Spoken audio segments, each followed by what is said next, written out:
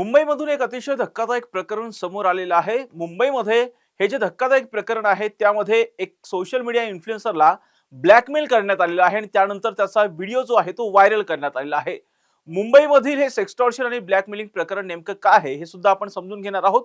विश्वास, मैत्री आणि जवळीक याचा गैरफायदा घेण्यात आलेला आहे आणि या प्रसिद्ध सोशल मीडिया इन्फ्लुएन्सरला या जाळ्यामध्ये ओढण्यात आलेला आहे।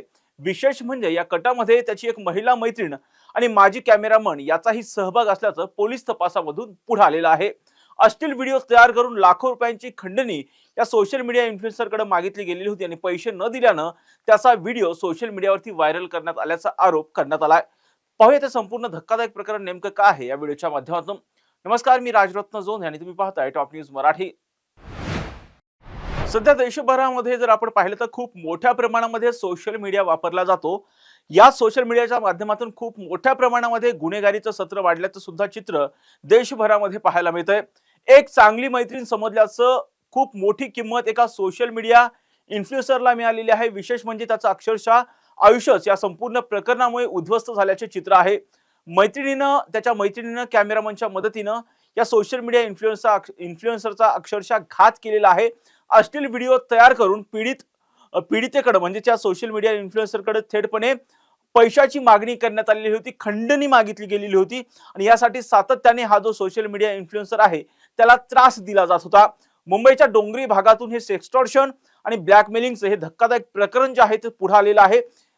या भागामधील एक नामांकित बिल्डर आणि प्रसिद्ध social media influencer Mohsin Jamal Khan याला या संपूर्ण प्रकरणामध्ये जाळ्यात ओढून त्याचा एक अश्लील व्हिडिओ तयार करण्यात आला आणि त्यानंतर हा जो अश्लील व्हिडिओ आहे तो सोशल मीडिया प्लॅटफॉर्मवर व्हायरल करण्यात आला। आरोपींनी अत्यंत नियोजनबद्धरित्या मोहसिन खान याला आपल्या जाळ्यामध्ये ओढलेलं होतं। त्याच्याशी मैत्री करून जवळीक साधण्याचा प्रयत्न केला गेला आणि त्यानंतर त्याचा आक्षेपार्ह जो व्हिडिओ आहे, जो अश्लील व्हिडिओ आहे हा व्हायरल करण्यात आलेला होता। हा व्हिडिओ दाखवून मोहसिन खान याच्याकडे खूप मोठ्या रकमेची म्हणजेच खंडणी मागितली गेली होती। मात्र मोहसिन खान यांनी या ब्लॅकमेलिंगला मी खंडणी देणार नाही असं स्पष्टपणे सांगितलं आणि या ब्लॅकमेलिंगला कशाही पद्धतीची भीक घातली नाही आणि त्यामुळे थेटपणे आरोपींनी हा जो व्हिडिओ होता तो व्हिडिओ सोशल मीडियावरती खूप मोठ्या प्रमाणामध्ये व्हायरल केला आणि हा जो सोशल मीडिया इन्फ्लुएन्सर आहे त्याची बदनामी केली। यामध्ये कोण आहे तर यामध्ये त्याचीच एक मैत्रीण आणि त्याचबरोबर कॅमेरामन जो आहे तो या संपूर्ण कटाचा मुख्य सूत्रधार असल्याची माहिती पुढे आलेली आहे।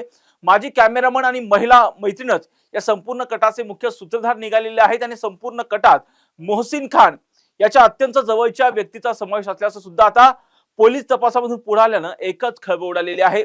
ज्या पद्धतीनं मोहसिन खान यांनी पोलिसांमध्ये तक्रार दिलेली होती त्या तक्रारीनुसार त्याच्यासोबत काम करणारा त्याचा एक माजी कॅमेरामन तो यापूर्वी मोहसिन खान, कारण हाच मोहसिन खान जो आहे तो सोशल मीडिया इन्फ्लुएन्सर होता, त्यासाठी हा जो कॅमेरामन आहे तो जे आहे व्हिडिओ शूट करत होता। तोच कॅमेरामन आणि त्याची एक महिला मैत्रीण आणि इतर 3 साथीदारांच्या मदतीनं हे सेक्सटॉर्शनचा जो विळखा आहे हा मोहसिन खानच्या बाबतीमध्ये रचला गेला आणि त्यानंतर त्याची फसवणूक करण्यात आली, त्याचा अश्लील व्हिडिओ शूट करण्यात आला आणि हा व्हिडिओ जो आहे तो व्हायरल करण्यात आलेला होता आणि यामुळे आता कुठेतरी हा जो मोहसिन खान आहे या मोहसिन खानची खूप मोठ्या प्रमाणामध्ये समाजामध्ये बदनामी झालेली होती आणि त्याला ज्यावेळेस लक्षात आलं की आपली फसवणूक आणि बदनामी झाल्याचं त्या लक्षात आल्यानंतर या मोहसिन खान यांनी तात्काळ या प्रकरणाची तक्रार जी आहे ते डोंगरी पोलीस ठाण्यामध्ये दिली आणि पोलिसांनी या प्रकरणाचं गांभीर्य ओळखून 5ही आरोपींच्या विरोधात भारतीय दंडविधानाचं कलम आणि त्याचबरोबर आयटी ऍक्ट अंतर्गत गुन्हा दाखल केलेला आहे। पोलीस आता या टोळीमधील आरोपींचा सध्या शोध घेत आहेत। या संपूर्ण प्रकरणामुळे जर पाहिलं तर सध्या खूप मोठ्या प्रमाणामध्ये तरुण पिढी जी आहे ती सोशल मीडियाकडे वळताना पाहायला मिळते आणि अशाच पद्धतीने त्यांचे व्हिडिओज अशा पद्धतीने वाईट पद्धतीने चित्रित केले जातात आणि त्यांना फसवलेलं जात आहे। त्यामुळे आता सोशल मीडिया वापरताना अतिशय काळजी घेणं हे अत्यंत गरजेचं आहे। या प्रकरणामधल्या आरोपींना पोलीस नेमकं कधी ताब्यात घेतात आणि त्यांच्या चौकशीमधून कोणती धक्कादायक माहिती पुढे येते हे पाहणं आता महत्त्वाचं असणार आहे। या प्रत्येक घटनांचे अपडेट आम्ही टॉप न्यूज मराठीच्या माध्यमातून आपल्यापर्यंत पोहोचवणारच आहोत। यासाठी तुम्ही पाहत राहा टॉप न्यूज मराठी, आपला महाराष्ट्र, आपली बातमी।